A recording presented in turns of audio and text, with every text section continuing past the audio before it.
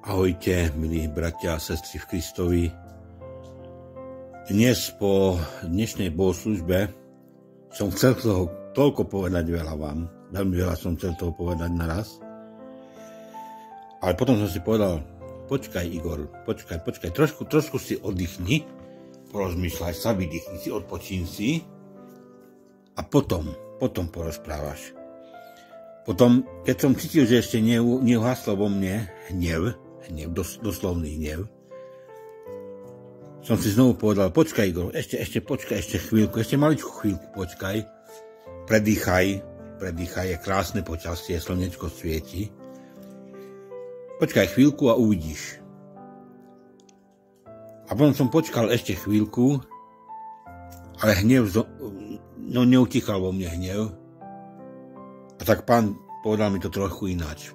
Hovorí, Igor, počúvaj sem. Isto je, ja nehovorím, že teraz by si nepovedal pravdu, ale je dobré povedať teraz pravdu a nahlas povedať tú pravdu. A chrstnúť ju do očí niekomu, kto je slabý vo viere. Však sám dobre vieš. Každú sobotu zhruba od 10. asi začína sobotná škola. Chodí tam, dajme tomu, tak zhruba 70-80% ľudí, ktorí chodia do zboru. Čiže mladí a starí, čím ďalej tým viac mladých, to je potešiteľné. A povedz mi, koľký z nich chápu tú pravdu, ktorú aj počujú, koľký z nich chápu. A ja som sa porozmýšľal, nahlas som premýšľal a som si povedal, Pane, možno sa nahneváš, ale ja poviem 10% zhruba chápe. A pán mi ako keď povedal, no výborne Igor, 10% podľa teba chápe adventistov to, čo počuje. Ale koľko percent to dokáže aj žiť túto pravdu? A v tej som už nevedel, čo mám povedať.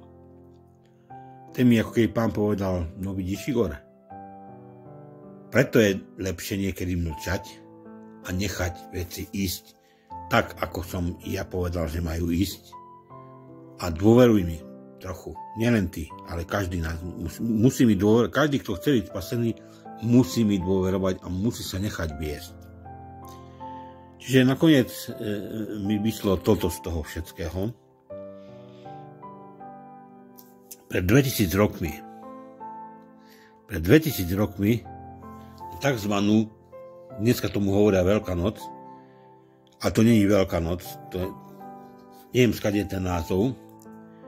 Veľká noc, proste, a neviem, skade je zobrali, že Veľká noc, ale je to Pesach, alebo Sviatok nekvasených chlebov, alebo Sviatok stánov, alebo neviem, koľko názvov to ešte malo u Židov.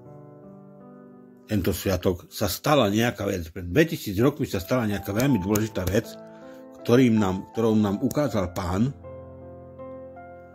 čo sa má udiať v budúcnosti. V takom maličkom nám ukázal pán, čo sa má udiať v budúcnosti a na čo sa máme prichystať. Tá maličká vec sa týkala spasenia. Ako prebehne spasenie? Krátko predtým, než pán vydýchol naposledy, vyslovil pamätné slová, kde povedal zhruba niečo také, že Pane, prečo si ma opustil? Čo to malo vlastne znamenať, že prečo opustil Ježiša Boh, alebo Otec Boh? No tam je veľmi jednoduchá odpoveď, prečo opustil. On ho neopustil, ale v tú chvíľu ustúpil Duch Svätý, lebo smrť a agónia smrti a vôbec všetko, čo má spoločné so smrťou, pánovi sa to hnusí. Boh je Bohom živých, nie tých, ktorí nie je to Bohom zosnulých, ale Bohom živých Boh je. A inde hovorí Pán, že sú tu niektorí medzi nami, ktorí vravia, že skriesenie už bolo. Akom to veľkom omyle žijú títo ľudia. To nehovorím ja, to hovorí Pán Ježiš, dá sa to pozrieť. Neviem, teraz jednom zo 4 evanjelií to hovorí Pán. Alebo možno, že v zjavení Jána. Nechcem teraz klamať, hej.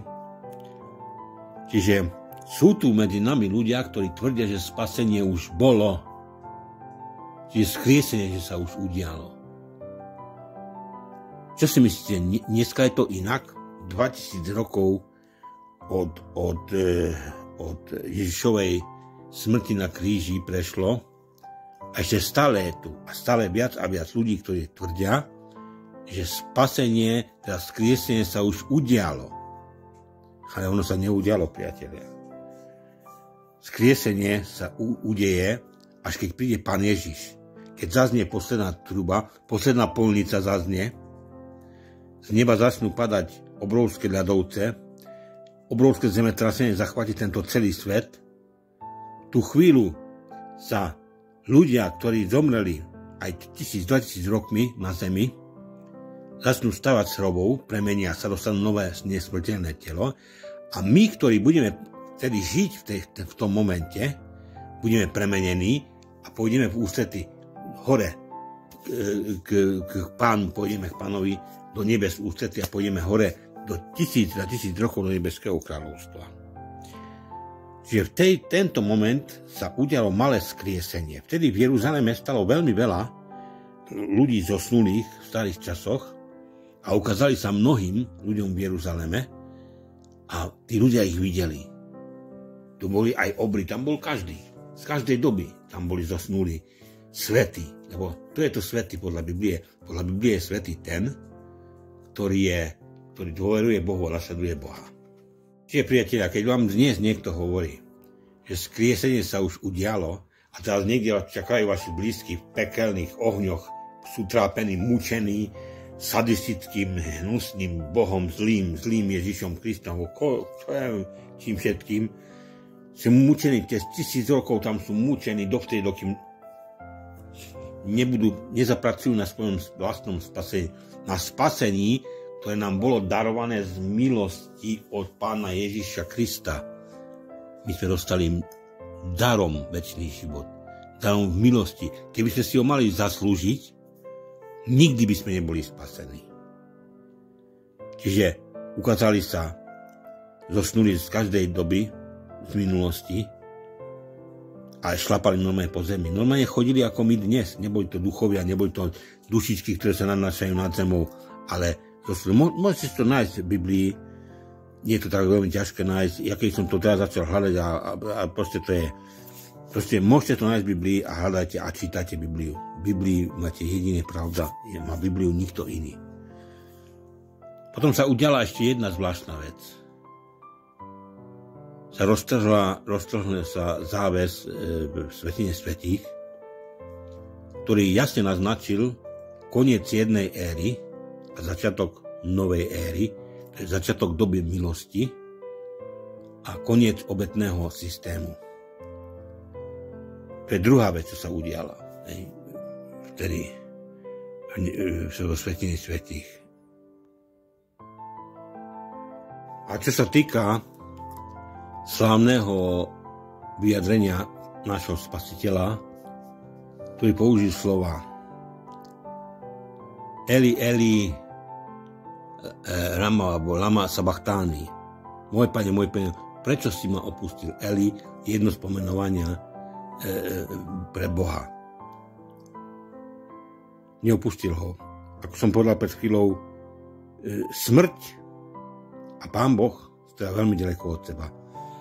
Božia prítomnosť neznesie smrť a nič, čo je smrteľné. A neznesie ani pokriveného. Preto keď obetovali Židia takedy na oltári, museli vybrať baránka, ktorý bol bez chyby. Nie podľa vlastného výberu. Podľa vlastného výberu vyberal Kain.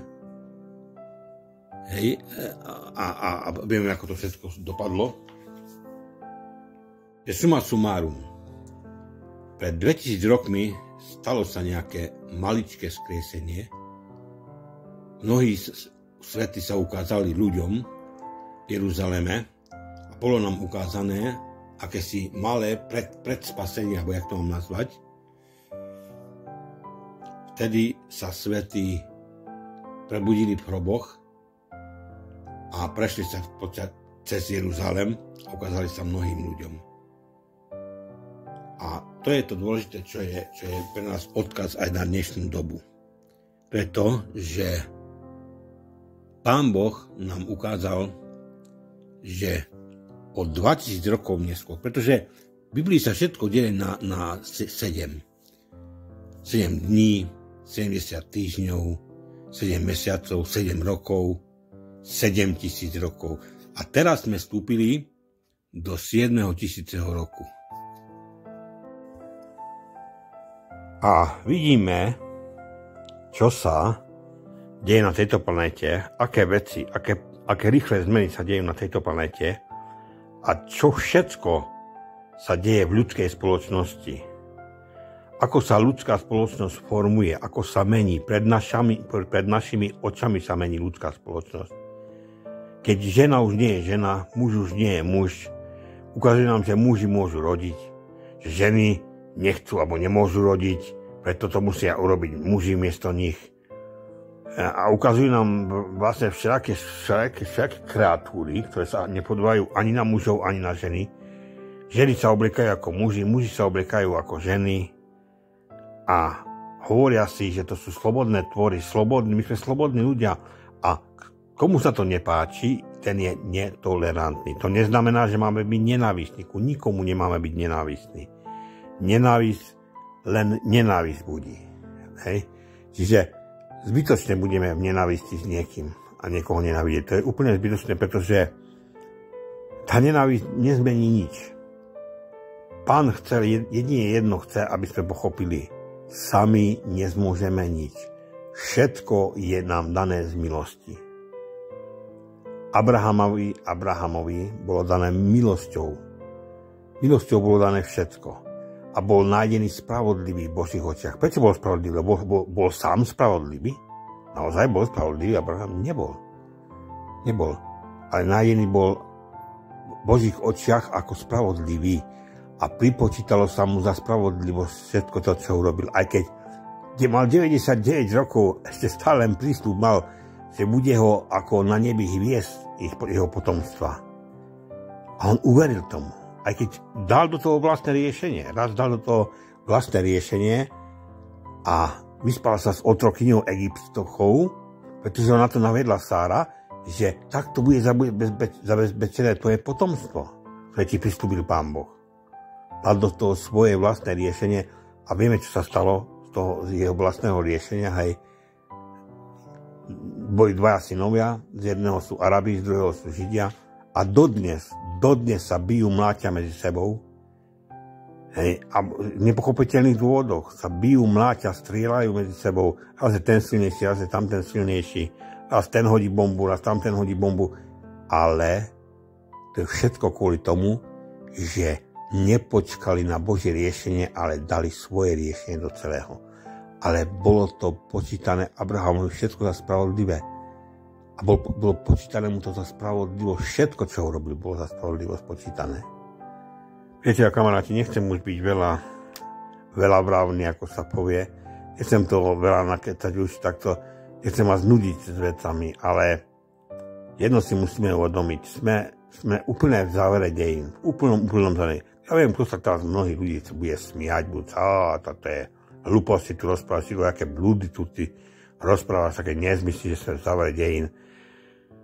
Však odkedy sú nebesiami, odkedy sú ľudia ľuďmi, nič sa nemení v spoločnosti, všetko je... Áno, Pán Boh nám povedal, že na konci dejín sa budú ženiť, sa budú ženiť, zabávať, tak ako stále sa zabávali, ako ženili. A všetko pôjde tak, a ľudia si budú hovoriť, že to nič sa nemení, všetko je po starom.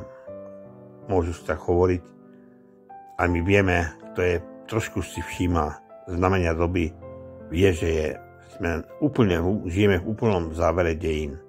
a nenávisť, hnev a boj sa bude stále stupňovať a démonické sily sa budú koncentrovať a šplhať na vrchol a budú stále presvedčať ľudí a väčšinovú spoločnosť, že tá malá skupinka tých bláznov, ktorí chcú dodržiavať Boží zákon, aj keď my sme už dávno prepísali, že nie sobota je 7. deň, ale nedeľa je 7. deň.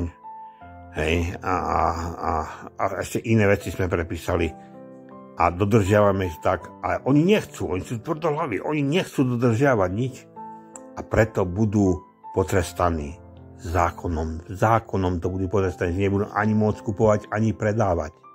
To nebude žiadne znamenie na čele, žiadne čiarové kódy to nebudú. To čo povedal zjavení Jána, že nie je to číslo človeka, je to číslo človeka, číslo 666. To neznamená, že to bude viditeľné, to nebude viditeľné znamenie. To bude len číslo symbolizujúce ľudské číslo, lebo na 6. deň bol stvorený človek. A na 7. deň bol dokončené stvorenie. Čiže bude to vyjadrovať číslo človeka a ľudské riešenie. A ľudské riešenie je vždy, aké riešenie je satanské riešenie, je démonické riešenie. Ľudské riešenie nemôže byť nikdy spravodlivé. Preto nikdy nevynášajme rozsudok nad nikým, nikdy, a netvrdíme, že my máme pravdu, ty si určite milíš. Pravda je len jedna, pravda je len Ježiš Kristus a nikto iný. Ahojte.